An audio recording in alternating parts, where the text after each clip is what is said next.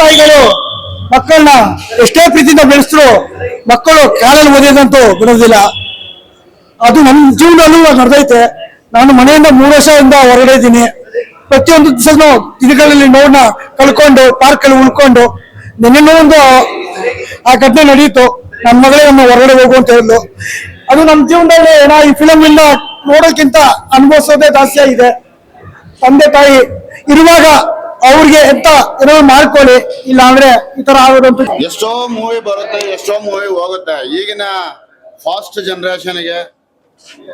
Generation ಬಂದು ಈ movie ನೋಡಿದ್ರೆ ಅಟ್ಲೀಸ್ಟ್ ಒಂದು ಮಾರಲ್ ಇದೆ, ಒಂದು ನೀತಿ ಇದೆ.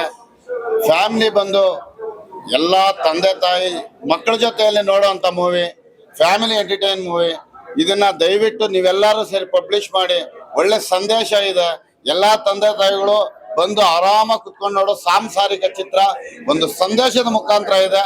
ದಯವಿಟ್ಟು ಎಲ್ಲರೂ ಬನ್ನಿ, ಈ ಚಿತ್ರಕ್ಕೆ ಸಪೋರ್ಟ್ ಮಾಡಿ.